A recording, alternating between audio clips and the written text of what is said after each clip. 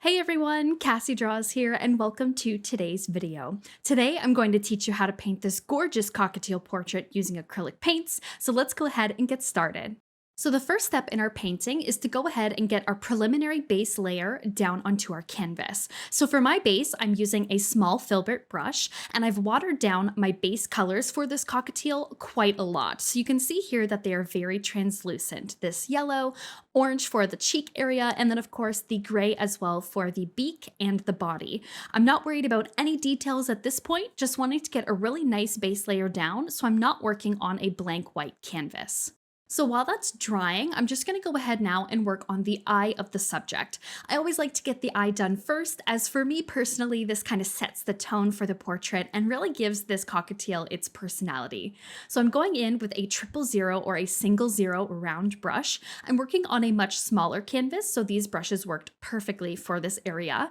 And I'm just going in with a much more opaque paint now and really just slowly starting to work in the details around this eye. One of the biggest details around this eye is that of the eyelids and the sort of skin folds or wrinkly texture that this bird had. So I'm adding in all of this texture layer by layer using my small round brush and about a darker gray, a middle tone gray, and a highlight gray. So working back and forth and slowly starting to block in the shadow elements and then of course the lighter elements and aspects on top.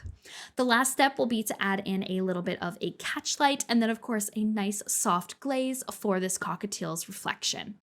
Now for the meat and potatoes of this video and the painting is going to be this gorgeous yellow iconic cockatiel head color. Now I find yellow to be very difficult to work with and mixing it can be a bit of a pain. So hopefully you find this little tidbit helpful for you. But how I started was I wanted to mix a shadow color. So I started with cadmium yellow medium hue, and I added in some burnt umber and a little bit of Mars black to create this almost green looking color. Now I've added this in underneath the beak and underneath that iconic cockatiel head feather, and then of course on the side of the eye and kind of in the little forehead area as well. And those are going to be my shadows. Once you have your shadows placed correctly, we're going to go ahead with a much more pure cadmium yellow color and add in what I like to call the mid-tone of this section. So you can see here that I'm covering the rest of the area in this gorgeous yellow, as well as starting to indicate some of the areas that are going to be feathered within this portrait as well. So you can see that I've kind of broken up a little bit of that shadow underneath the beak and added in a little bit of a mid-tone. Now, I didn't think that my shadows were sort of defined enough, so I'm coming in with a small round brush and that same original shadow color, and I'm just adding in a little bit of fur detail in and around this portrait. So I'm softening some areas, adding in a little bit of a feather detail now with my small round, and just extending any of the shadows that I thought I may have covered a little bit too much with that mid-tone color. So the next step, once those shadow layers have dried, we can go ahead now and start adding in our highlight to this cockatiel portrait. Now to do the highlights, I'm using cadmium yellow medium hue, and I've mixed it in with a little bit of titanium white. Now for the different highlights, I've got about 2 to 3 different layers. I'm just playing around with the amount of titanium white that I'm using in this color mixture. So some areas I may want to be a little bit on the softer side, and for the brightest lit areas, I'm going to add in much more titanium white. I think it's important to note as well for this area of the painting with the highlights, I'm using my 000 brush as well as my 0.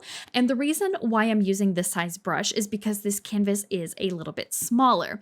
However, if you are painting on a larger canvas, you might find that a smaller medium filbert brush might work well for these highlights. It might give you a really nice feather effect and cover a lot more area of the canvas rather than kind of noodling around with a smaller brush. So just keep that in mind. Lastly, what we're going to do is we're going to pump up this orange spot on the side of this cockatiel's face with a little bit more paint, but I'm also going to add in some feather details to the orange as well. So this is not a perfect circle, so I'm just going to add in some light paint flicks, just a little bit of a flick of the wrist, and really just make this look as though it is a part of this cockatiel. So the next step in our painting is we're going to go ahead now and fill in the information within the beak. Now how I go about doing this is I have my small round brush and I have about 3 different colors of gray mixed on my palette. And the reason why I have these pre-mixed is because I'm going to do a little bit of a wet on wet technique to get the gradient and the sort of ombre feel to this beak and make it a little bit easier to paint. So I'm starting with a gray base and I'm adding in a darker gray towards the sort of tip or the sharpest point of this cockatiel's beak. And from there, once I have the shape built and I'm feeling good about it, I'm using my blender brush and my small round brush to blend in this darker gray towards the center of this cockatiel's beak. Now, once that blend has dried, I'm going to go in with the exact same dark gray now, and I'm going to fill in the area between the two pieces of beak, so essentially this cockatiel's mouth that opens and closes. We can just barely see it in the reference, so I'm just going to add that in with a little bit of darker gray, and really you can already see it start to come together. Now I'm adding in a little bit of a highlight and what I like to call wear and tear, or a little bit of aging, with a much lighter gray color as well. So I'm kind of flipping back and forth between this dark gray and this lighter gray to really build the texture and feeling of this beak. I want it to feel as though it is a little bit scratched, a little bit worn, aged. This cockatiel was a little bit older, so I definitely wanted to get that information and detail down to match my reference and to feel the most realistic. Now, if you feel you go in a little bit too much with your highlights, let's say you're adding in some scratches and you feel as though you've gone a little bit too far, you can go in with a darker gray tone, just kind of in and around the scratch marks that you've made and kind of darken this area down a little bit more. So just in case you feel like you've gone a little bit too far, with acrylic, you always have the option to layer, layer, and layer. And of course, fix any mistakes. So the next step for us is going to be moving towards the body of this bird portrait now. So what I'm doing is I'm taking my small or medium filbert brush and I'm just going in with about 2-3 different colors and variations of gray, and I'm going to fill in the entire base of this subject with a much more opaque paint. Now, depending on your subject matter and your reference, these colors may change, but basically what I did for mine was I had about 3 to 4 variations of gray mixed on my palette ready to go. And I started with a darker gray towards the back of the subject and slowly added titanium white as I moved towards the belly. Now, at this stage, I am just focused on using my filbert brush. I do not want to go into a smaller brush than this quite yet, because I want these areas of feathers to be much more chunky and actually be a group of feathers and not any singular feathers that I can see. Now, keeping in mind your light source as well, this entire portrait was based around a top left light source. So everything that is seen on the left side of this bird is much more lit than the back side. Now, once those larger clumps of feathers have dried, I'm going to go in with my 000 brush now, and I'm going to add in a little bit more definition and detail.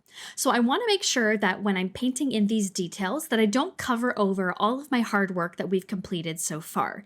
So I want to leave some of these larger, chunkier areas to shine through, as well as some of these middle tone colors and even some of the shadows in this portrait as well.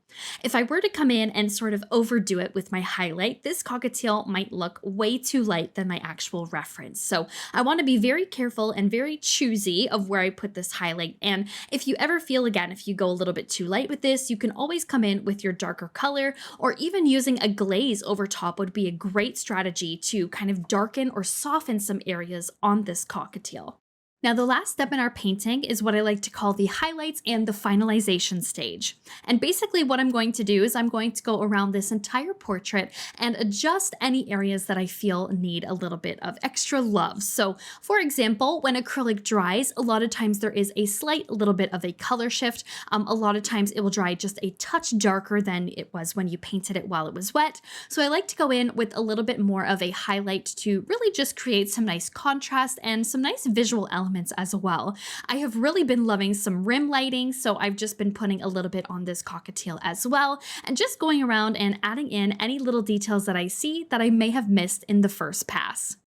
All right, and there you have it. That is it for today's cockatiel painting. I hope you enjoyed today's video. A big shout out to our channel sponsors, Chartpak, Grumbacher, and Molotov for sponsoring today's video, as well as my channel here on YouTube and on Twitch. Their links can be found in the description box below, as well as places to purchase their products to add to your own art toolkit. And lastly, but not least, a big thank you to you for watching today's video. If you liked it, don't forget to leave a like and a little comment letting me know what you would like to see next, and I hope to see you in the next video. Bye for now.